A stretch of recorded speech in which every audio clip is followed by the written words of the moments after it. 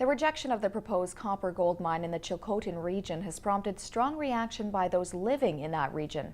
But it's also being met with concern by some living here. The federal government found the environmental risks associated with the new Prosperity mine were too high, but former Minister of State for Mines Pat Bell believes the challenges facing Taseko mines could reverberate through the entire province.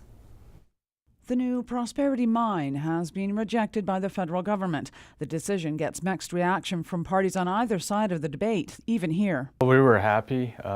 It's sad that you have to make a third decision, but we completely support the Chilcotin and their informed decision to turn this project down. And I think the minister got it right once again, and so did Cabinet, that this project shouldn't go through.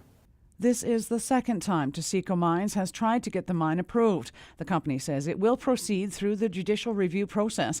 But for the former Minister of State for Mines, Pat Bell, the decision is discouraging. This is certainly challenging, and I think projects on the margin, those that are a bit concerned whether they've covered off all their bases or not, would be hesitant to submit. And money is mobile, so for people to take the money that they might have invested in British Columbia or Canada for that matter and move it to South America or the United States or Africa, I think has a very serious risks. A short period before Mount Milligan began to pursue its copper gold mine northwest of Prince George, Bell was the Minister of State for Mining. The province went to great lengths to make mining in BC more attractive.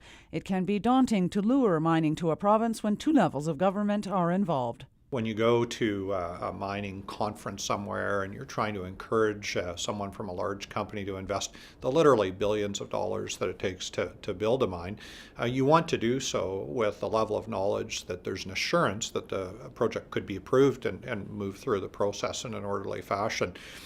When you don't have complete control of that, where there's multiple environmental assessment processes, it really makes it challenging.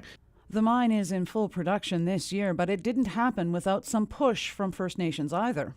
Many of the First Nations in Nikosi didn't want the mine, but I think they came to a realization that with the McLeod Lake Indian Band that perhaps it was a better thing to do together and try to really reconcile each other's decision on that mine. Terry Teegee says First Nations involvement in projects of such magnitude is needed at the start, not as an afterthought. Cheryl Jan, CKPG News.